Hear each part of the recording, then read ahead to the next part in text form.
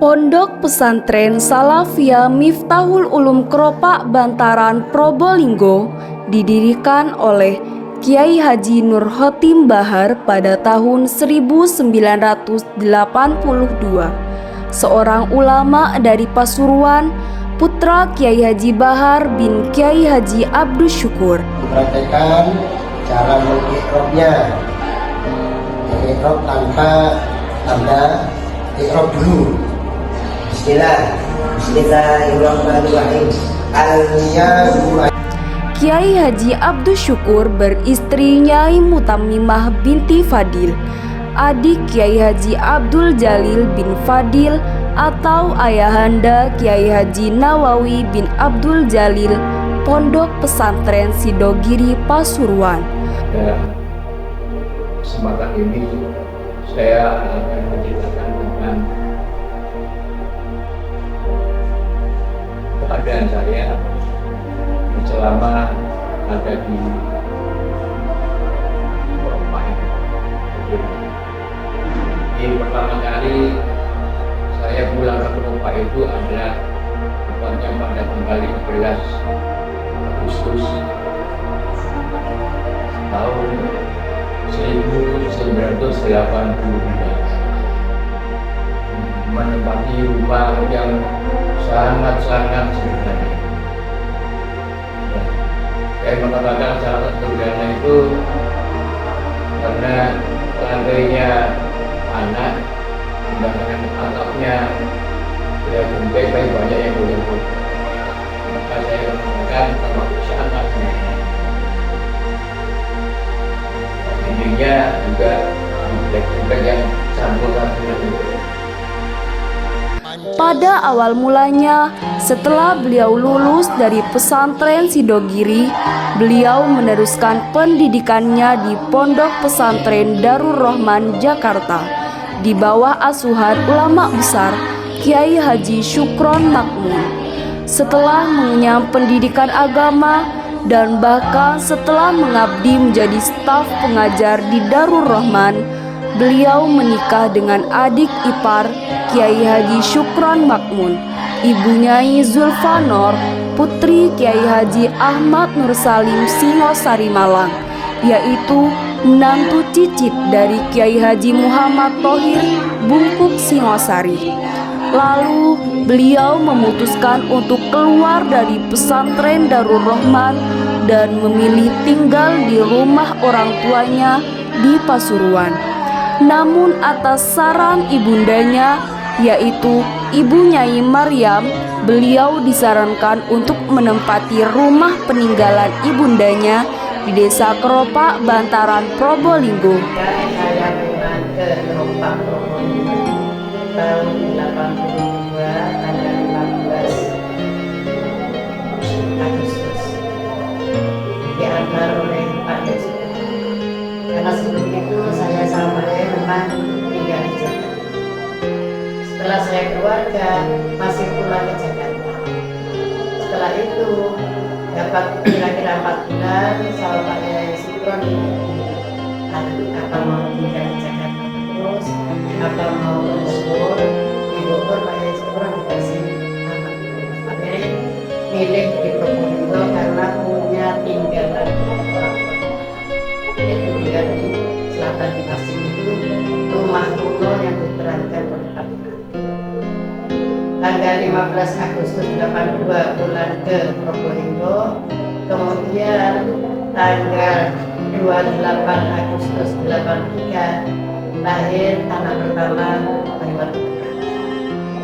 Pada tahun 1982, tepatnya hari Ahad Pon tanggal 15 Agustus 1982 bertepatan dengan tanggal 15 Syawal 1402 Hijriah. Beliau pun mengikuti saran ibundanya untuk tinggal di Probolinggo, tepatnya di Desa Keropak, Kecamatan Bantaran.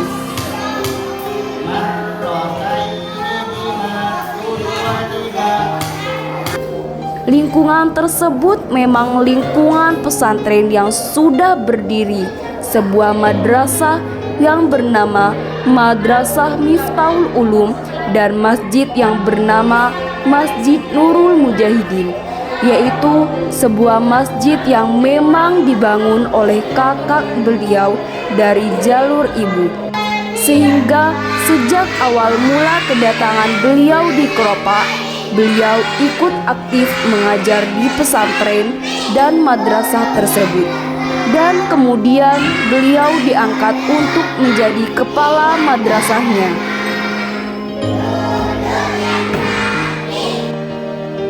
Selama saya di selatan itu, nomor kerjaannya untuk waktu ini, seperti waktu zuhur, menunjukkan di jam dinding itu. Ada itu selama kurang lebih 2 bulan, kemudian saya begini termasuk akhir 1983, yaitu sudah punya anak satu yang namanya Bayu.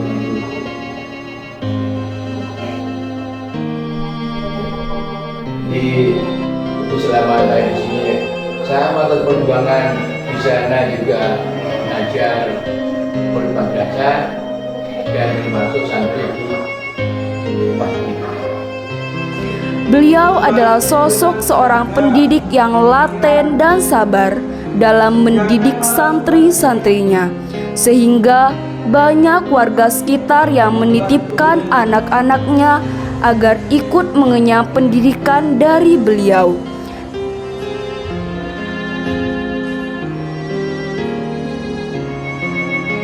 Tidak begitu lama, kabar keberadaan Kiai Haji Nur Khotim pun mulai didengar warga di luar desa Keropak, yang kemudian mulai berdatangan santri dari luar daerah yang ikut mengaji kepada beliau dan bermukim di pesantren.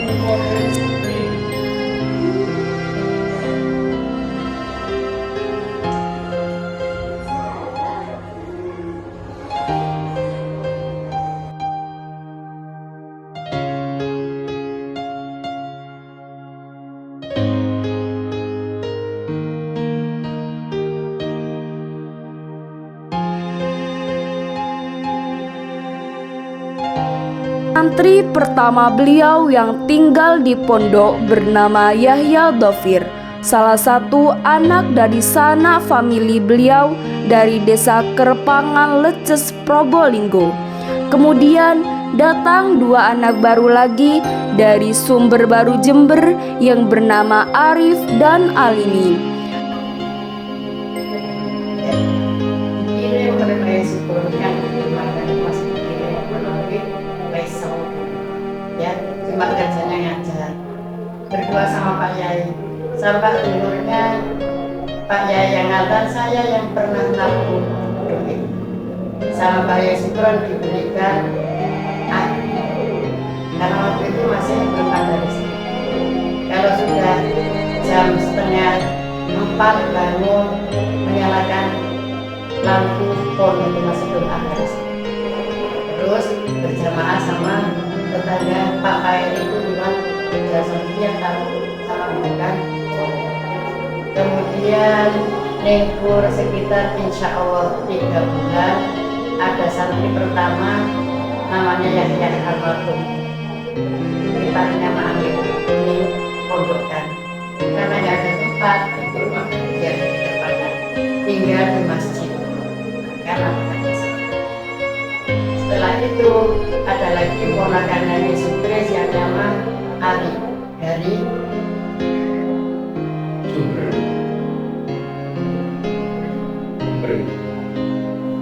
mana di Sukres ya, mana itu? Ya, dari daerah Jember situ, Ali ya. Itu yang nolongin saya. Santri pertamanya dari Kembangan, santri kedua Ali. Saya di situ punya anak kecil, Arif itu yang selalu nolongin saya. Saya masak. Kemudian santri yang ngaji di rumah termasuk Ustaz Rifati,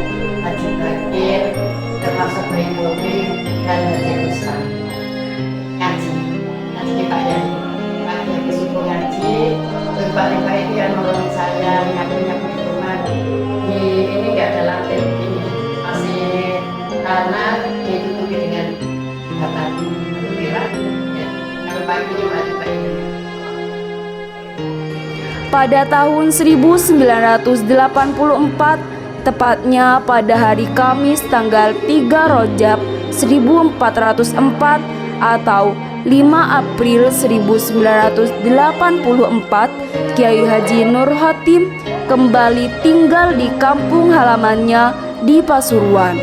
Karena kepulangan beliau ke Pasuruan, santri-santri yang mengaji kepada beliau dan warga sekitar sangat merasa kehilangan dengan sosok kiai sederhana yang penyabar dan istiqomah mengajar santri-santri. Akhirnya dengan inisiatif Kepala Desa Keropak, Haji Batir Baharudin dan Haji Abdul Razak, serta didukung para wali santri dan warga sekitar, beliau dibangunkan musola dan tempat tinggal di tanah milik Haji Abdul Razak dengan biaya swadaya masyarakat yang kemudian diakta hibahkan kepada beliau. Setelah bangunan sudah selesai dan layak huni, Kiai Haji Nur Khotim beserta keluarganya diboyong kembali ke Desa Keropak untuk menempati rumah barunya. 50 meter di sebelah utara kediaman asal. Dan di tempat baru inilah beliau terus mengembangkan pesantrennya hingga sekarang yang beliau beri nama Pondok Pesantren Miftahul Ulum.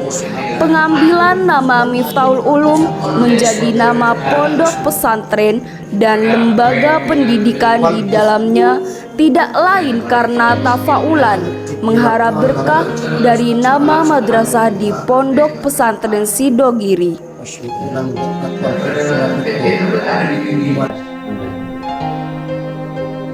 Kemudian ada orang yang baik hati kepada saya, maksud Bapak Haji Abdul Razak, yang memberikan ibadah tanahnya pada saya.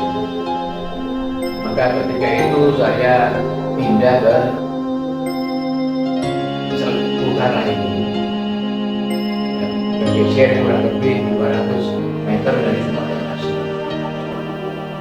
Saya selesai sholat mau berbuka puasa, datang dari Keropak sini Pak Kepala Desa almarhum Bapak Haji Batir dengan Pak Tarik Abdul Kholik menyewa kol dulu yang punya mobil itu cuma Pak Haji Yusuf sama sebagian tokoh masyarakat.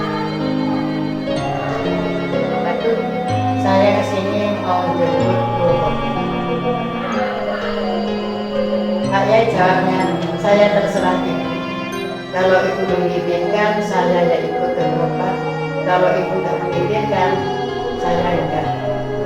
Akhirnya ibu jawab, saya ingin Nur Khotim kembali ke Keropak asalkan jangan kembali ke sini. Gak tahu gimana. Kok Pak ingin hadir almarhum itu jasanya sangat besar pada saya. Langsung jawab, iya, saya carikan tempat lain. Setelah itu pulang guys. Setelah pulang dapat 2 hari Pak Haji Batir datang lagi naik bis. Sudah dapat tanah, saya mengumpulkan masyarakat Keropak yang siap tanahnya Pak Haji Razak. Saya mengumpulkan masyarakat untuk membangun ini. Akhirnya masyarakat ada yang saya kaburnya, saya bangunnya, semua bahan-bahan bangunan sederhana dikumpulkan oleh masyarakat Keropak dan Keramat Agung termasuk Bintang sebagainya. Setelah 25 hari pas tepatnya tanggal 15 Syawal tanggal 15 Syawal Agustus tanggalnya saya lupa. Pokoknya Ningpur waktu itu lahir 28 Agustus, dapat 8 bulan saya pulang ke sini lagi. Saya ingat bulan Jawanya 15 Syawal setelah ngaji Yasin. Nah, gitu. Setelah itu saya dijemput, yang jemput pertama kali hujan terus Nyai Sutris dengan Nyai Sutris almarhum. Waktu itu Nyai Sutris hamilnya jauhan. Saya kecilnya ibu umur 8 bulan. Terus nyewa kendaraan dari Parunggawa naik tol.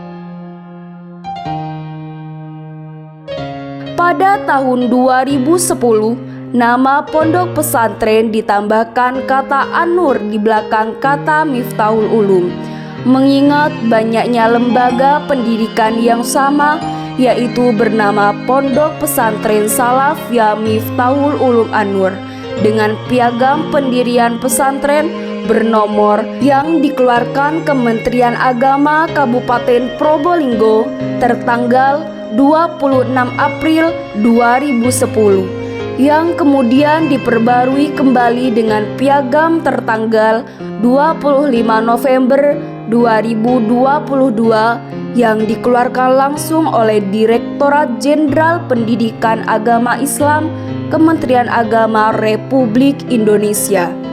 Di pesantren ini juga terhadap pendidikan diniyah secara klasikal berjenjang berupa madrasah yang diberi nama Madrasah Diniyah Salafiyah Miftahul Ulum An-Nur yang mulai beroperasi sejak 2012.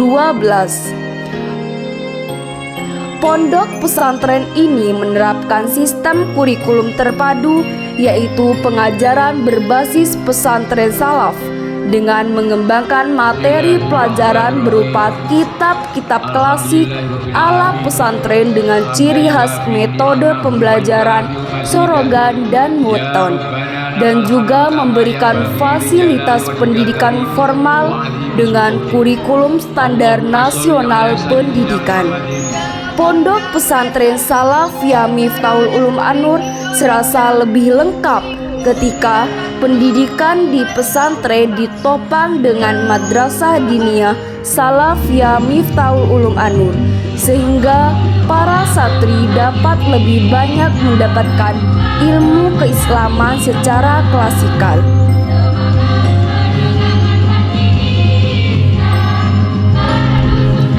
Lembaga-lembaga pendidikan di Pondok Pesantren Salafiyah Miftahul Ulum An-Nur terdiri dari 1. Non-formal. A. Taman Pendidikan Al-Quran Miftahul Ulum An-Nur. B. Madrasah Diniyah Salafiyah Miftahul Ulum An-Nur dari tingkat ula, wusto, dan ulia. 2. Lembaga pendidikan formal. A. Raudatul Atfal Miftahul Ulum. B. Madrasah Ibtidaiyah Miftahul Ulum. C. Sekolah Dasar Unggulan Rahmatul Ummah. D. Madrasah Tsanawiyah Miftahul Ulum. E. Madrasah Aliyah Miftahul Ulum An-Nur. Ekstrakurikuler dan program unggulan pondok pesantren. 1. Tatribul Hitob. 2. Pembinaan tilawah dan tahfidzul Al-Quran. 3. Kesenian Hadro Al-Banjari. 4. Pembinaan Dibaiyah dan Manakib. 5. El-Ulum Media, media cetak dan elektronik, offline dan online. 6. Pembinaan pendalaman baca dan fahmi kitab, metode sorogan dan wetonan. Program unggulan. 1. Pembinaan dan pendalaman Nazam Imriti dan Alfiyah Ibnu Malik. 2. Basul Masail. 3. Cara cepat baca kitab untuk pemula dengan metode kitab Al-Idho. Fasilitas Pondok Pesantren Salafiyah Miftahul Ulum An-Nur. 1. Asrama Putra. 2. Asrama Putri. 3. Laboratorium Komputer. 4. Madrasah Diniyah Salafiyah. para santri di Pondok Pesantren Salafiyah Miftahul Ulum An-Nur banyak dibekali dengan kegiatan-kegiatan pembiasaan seperti aurat maktubah, pembacaan rotibul haddad, dan pembiasaan yang lain agar para santri mendapat perlindungan dan pertolongan dari Allah Subhanahu wa Ta'ala.